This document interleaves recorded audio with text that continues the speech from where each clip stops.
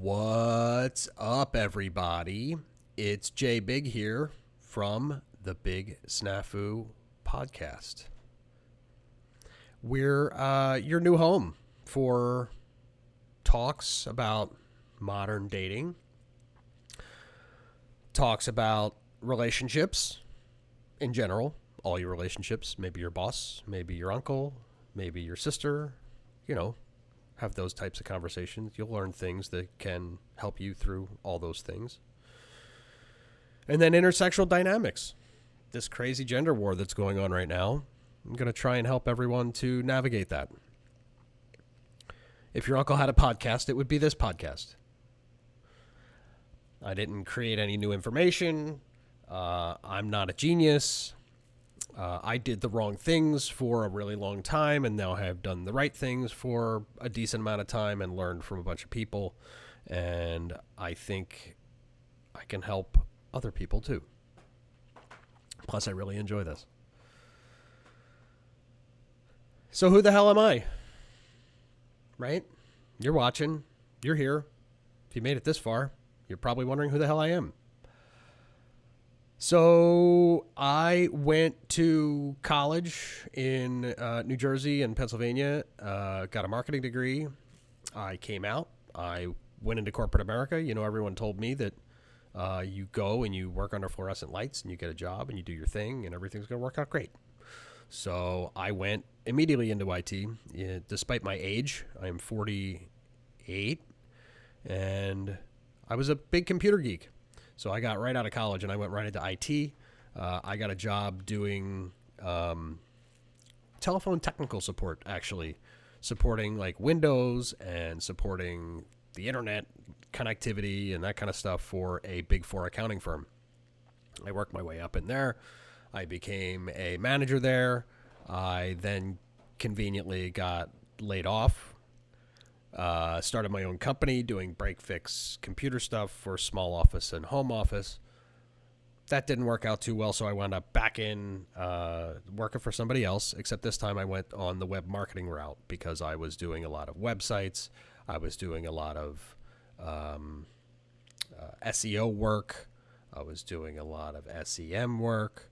I was doing a lot of Google local kind of stuff for people. So I went back into a marketing firm, did that whole thing, and then I worked for another company running a website initiative for them before I got laid off again. And then I had this opportunity to buy this bottle shop in a town over. And I was a big beer guy, as you can tell, right? I was a big beer guy. So I bought this bottle shop, and lo and behold, the bottle shop led me to a giant city center beer garden that I owned for 3-ish plus years. I got my business partner called me the beer baron, so you might see me referred to as the beer baron in places. I don't really know. I've been using that for a hot minute, but didn't seem appropriate for this podcast. But you still see the beer stuff behind me. It's here. It's part of me. I try to drink less beer nowadays, but, that's where we're at. So, anyway, I am now retired from hospitality. I started another business after that that didn't go too hot. So, I'm retired from hospitality, and I find myself, I'm a guy who just DIY. Like, I figure shit out. I figured out how to build websites for people. I didn't go to class for it. I just got good at it. I just kept doing it for myself over and over and over again until I was good at it. So now I find myself as a handyman doing all kinds of various tasks for homeowners that I find great satisfaction in. I really like it. I really like to figure stuff out. I really like to work with my hands. I really like to be on a different site every day. All this stuff is great. So you're really just dealing with a guy who, when I say figure shit out, I want to master it.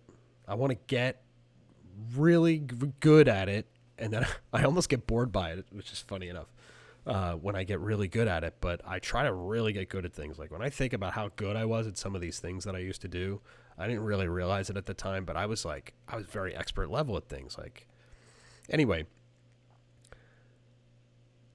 I learned about relationships and intersexual dynamics and stuff like that in the same voracious manner because I was so unsuccessful for, 20 years in doing this. I thought I was doing all the right things. I was putting conscious thought into what I was doing, and feminism told me that I was supposed to be a loving, caring, doting, what can I do for you, keeping the peace, happy wife, happy life relationship. That's what I was doing. And then one day you figure out that doesn't work. So then you go looking for information, which I did.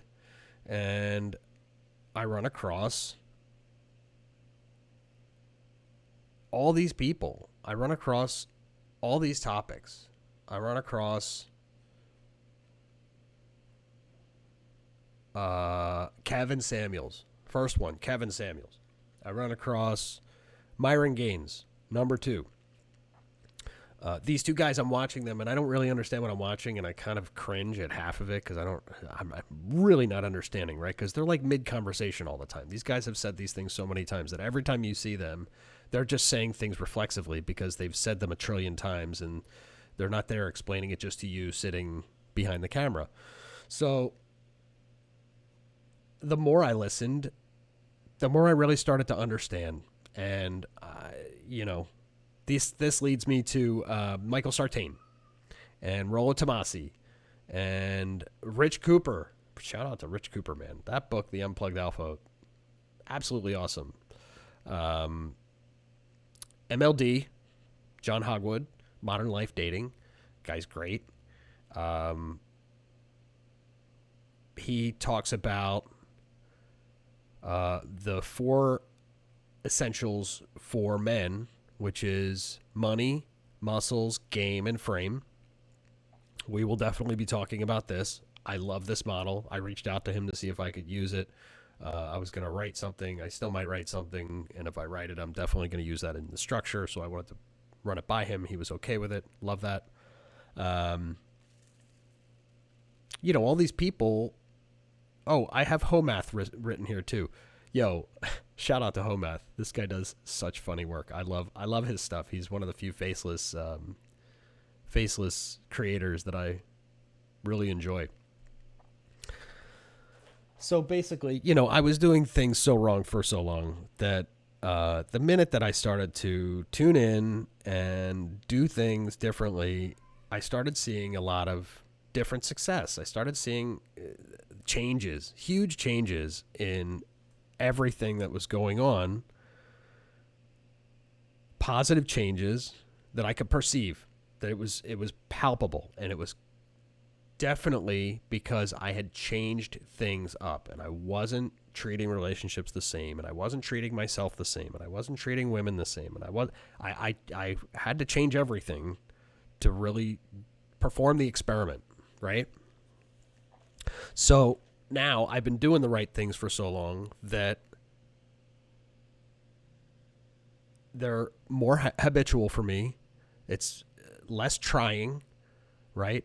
I've got more reps in, so I'm really getting good at it. And it's the 3 main things that I'm doing that are right. When I say I'm doing the right things, the 3 main things I'm doing that are right.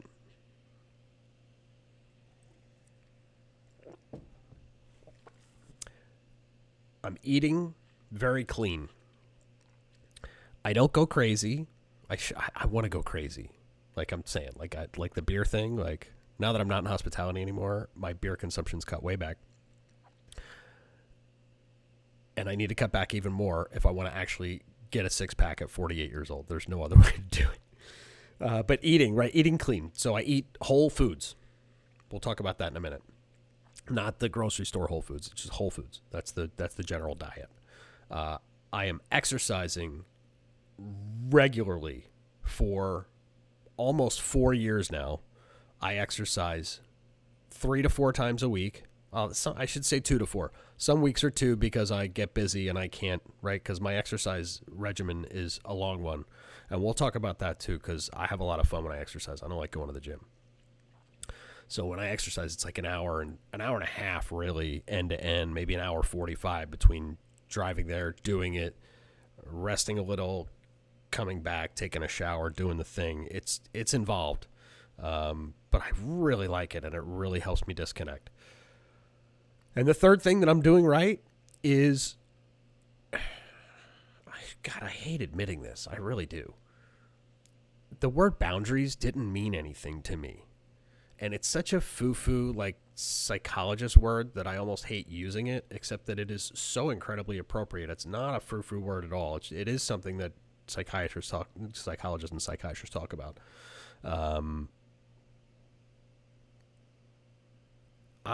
When you are a people pleaser, you don't have any boundaries. It's the best way I can put it, because I was a people pleaser. So I can say, when you're a people pleaser, you don't have boundaries, which means that you will hang around people you don't want to too long. You will forgive too many things too quickly, which enables people to continue to walk all over you because you didn't tell them in the first place that you were aware of their bullshit. So, I mean, boundaries extend all across your life. Let's wrap back around. Let's go into each one just a little bit. We'll talk about the right things, and then we'll end this initial podcast because I'm lazy and this is all I planned. So eating. So whole foods. So a whole foods diet essentially means you're going to shop on the edges of the grocery store. The individual aisles all have things that are boxed or canned or otherwise preserved. What you're trying to do is you're trying to eat foods that don't have preservatives in them. A good example is you kind of shouldn't eat any bread, but if you're going to eat bread, go find some local sourdough bread with 3 ingredients, right? No preservatives. It's got water, flour, and salt, and that's all that it has. And yeast, I'm sorry, the 4th ingredient there, right? They're house yeast that they open fermented, that's not out of a box either. So whole foods like that. Whole foods like chicken, beef, celery, carrots, right? All your fruits and veggies. Cheeses are processed, but cheeses are okay. Their preservative method is by fermentation pretty much for the most part. So like that's good. Anything fermented is pretty good for you aside from beer. It's the alcohol thing that makes the beer bad for you. It's not the method, it's not the ingredients, especially like all this stuff. I'm such a nerd. All this shit from Germany, these German beers are made with very good ingredients, but it's the alcohol that just absolutely kills you. I was watching a video the other day about the ethanol and how it's poison and like, ugh, God, what are we going to do about this? So eating. So, lots of protein, less carbs. You can eat plenty of fat. You should absolutely be tracking your calories in some form or fashion. I've had a lot of luck with, thank God for ChatGPT. I'll just tell it what I had, and it'll like give me a really good estimate of the calorie intake. So if you're heavy and you're trying to lose weight, you need to be in a calorie deficit. It's very important that you track every morsel that goes into your mouth because the exercise almost doesn't matter. If you're going to screw it up with your food, the exercise doesn't matter at all. Dairy's fine if you want to eat dairy. What am I thinking? Yogurts and just if you want to cheat, that pizza is a great cheat. And by the way, you can make yourself some fried chicken. Just make it at home. Don't eat their fried chicken. You got to get off the seed oils. This is the other thing about eating clean. You got to eat real oils, which is basically tallow, olive oil, avocado oil. End of list. Right? Like these other things are partially hydrogenated or totally hydrogenated or whatever. They're just extra processed. Just any word before the oil or after the oil, you should just see as like processed. Like you see soybean oil and then you see partially hydrogenated soybean oil. Like that's even more processed than the soybean oil that you're eating. And the soybean oil is terrible. It's going to give you tits. Don't just stop it with the soybean. Stop it with the vegetable oil. Stop it with the canola. Stop it with the peanut oil. Stop it. It'll help. It'll help. I actually get heartburn from that stuff, funny enough. I had to figure this out on my own. I thought it was like all the tomato sauce and stuff. I can eat tomato sauce until I die. I cannot eat a salad dressing with sunflower seed expeller, hydrogenated sun, whatever it is. All these oils, they crush me. They crush me. My whole esophagus is like on fire.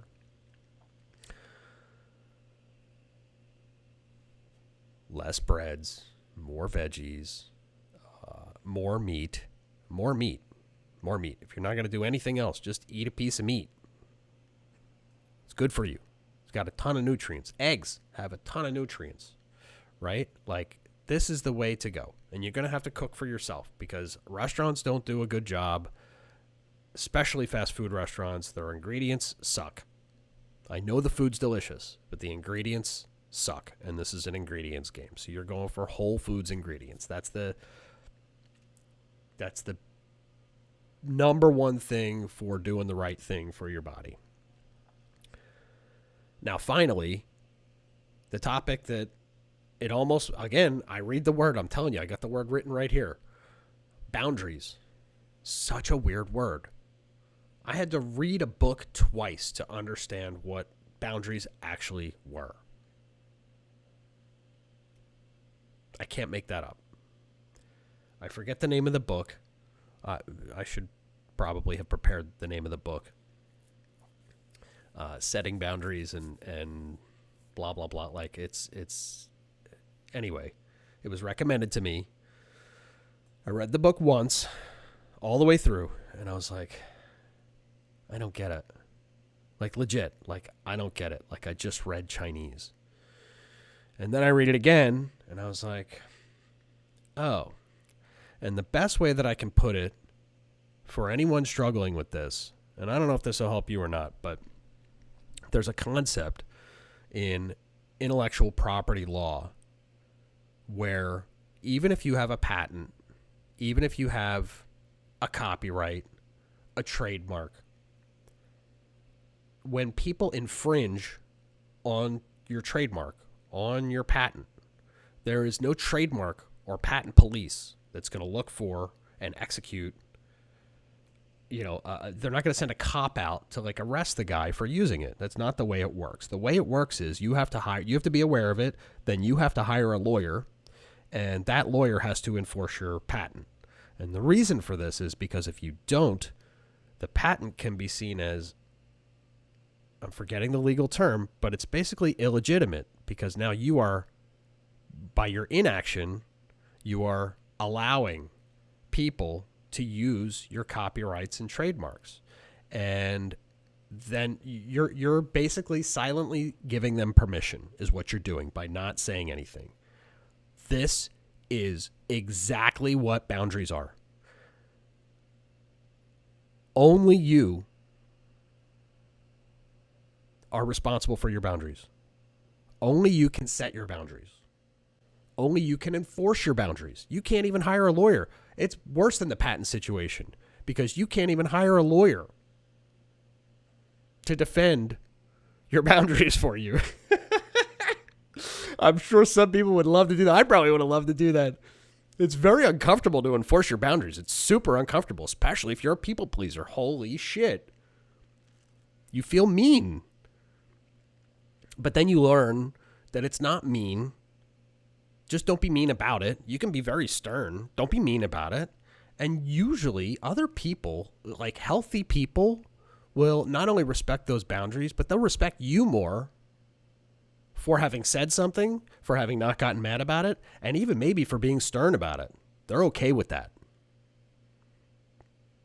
Healthy people.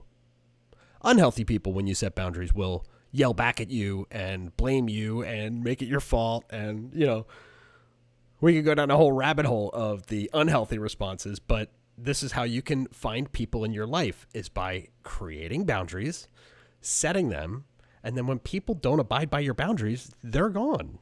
It's a really easy selection process. It makes your life a lot easier. Instead of constantly people-pleasing and then learning who's who, and then who can I talk shit about John with because John's an asshole, and right, like it's ridiculous. When John's an asshole, You can either shut him down. You could be an asshole back if you really want to. But instead of all our better responses, instead of like, okay, John, whatever you say, John, like whatever, John, like, no, dude, let John know in some form or fashion. Let John know that you don't appreciate his bullshit and you're not here for it. He'll respond in some way. He will. You'll get a response out of him eventually.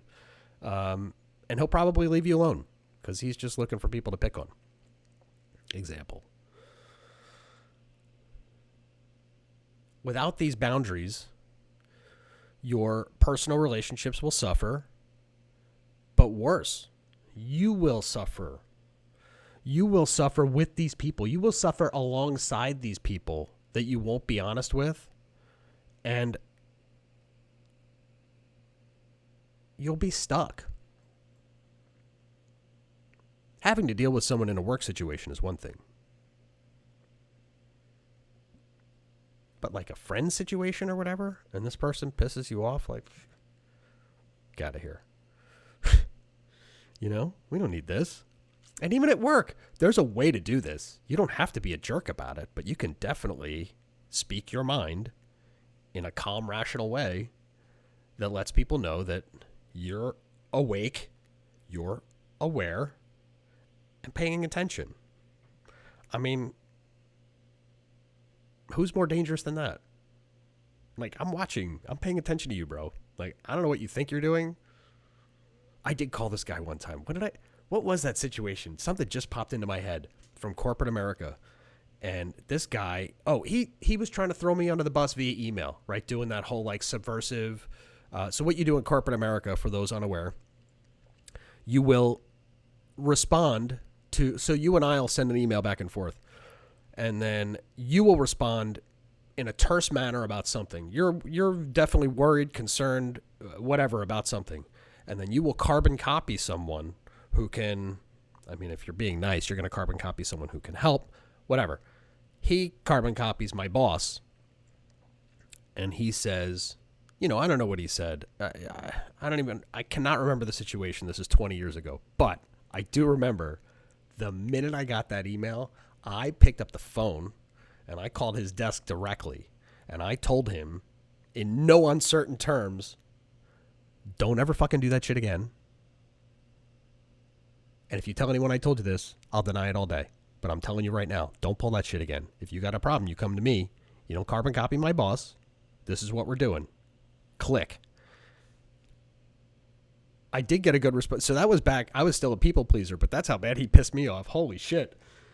He was much nicer after that, funny enough. What a great situation to bring up. Hadn't thought about that in years. But, you know, I guess I was sparsely creating boundaries on occasion. I didn't know it. But you really need to continually evaluate your boundaries. You need to, like, when things make you uncomfortable, it's time to reflect on them.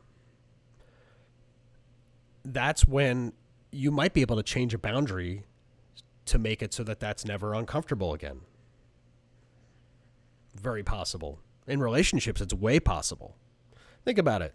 If you're constantly going after a type of ostentatious,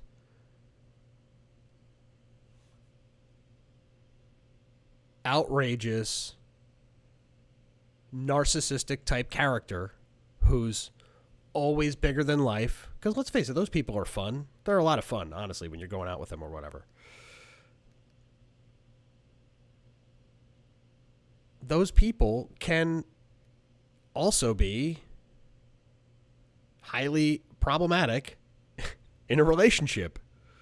So if you would just let's pretend, we're going to pretend that you've dated 5 of them and all 5 of them kind of worked out the same way.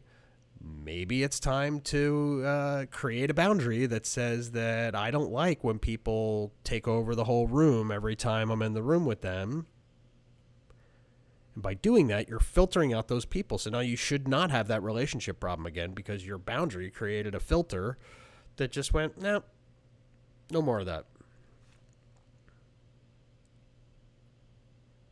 I mean, guys, if your woman, this is real simple, okay? We're just going to go over one thing. Here's one boundary for you. For every man, I have one boundary that you have to have. If your woman has ever yelled at you in public, in front of other people, pushed, hit, yelled, screamed for any more than 3 seconds, maybe they get 3 seconds in the parking lot because you're about to run over a squirrel, okay? Generally speaking, if she does or has ever done that, you need to head for the hills. This is primary directive number one for being a man, is you want respect from your woman. 100%. You want respect more than love. What is more disrespectful than yelling at you in public? I don't think that I can think of a thing. So this is what I'm saying. Like, one boundary. The minute that a woman yells at you in public, any kind of public, anything you're uncomfortable with, maybe she yells at you at home, whatever it is, the minute that you have that happen, you're out of there. It's bye time. That's your boundary. From now on, you're leaving immediately. For sure, the situation and probably the relationship. Just walk away. Walk away. Get your Uber home. Get your plane flight home. I had this happen to me. Just leave. Leave immediately. You will never regret leaving that situation. I promise you. As much as you're thinking like, oh, they're going to blame me for ruining the situation or, whatever. It doesn't matter, dude. You got to go. That is your boundary. Because nobody yells at you in public. You know what normal people do? They go behind closed doors and they go, hey. And it might not be this nice, but it's not yelling. And it's, hey, listen, I have this issue. You've been doing this. It's very annoying to me. I feel very annoyed by this. You're annoying. How do we change this? What do we do? Do we move forward? Do you want to move forward? Do you want to change? Like what? Right? There's a million ways to express yourself that aren't yelling at you in public. So your job in this boundary is to create healthy relationships. And you do that by eliminating people who are unhealthy. If you are healthy, you can have healthy connections with healthy people. You cannot have healthy connections with unhealthy people. So your boundaries are there to find unhealthy people and filter them out of your life.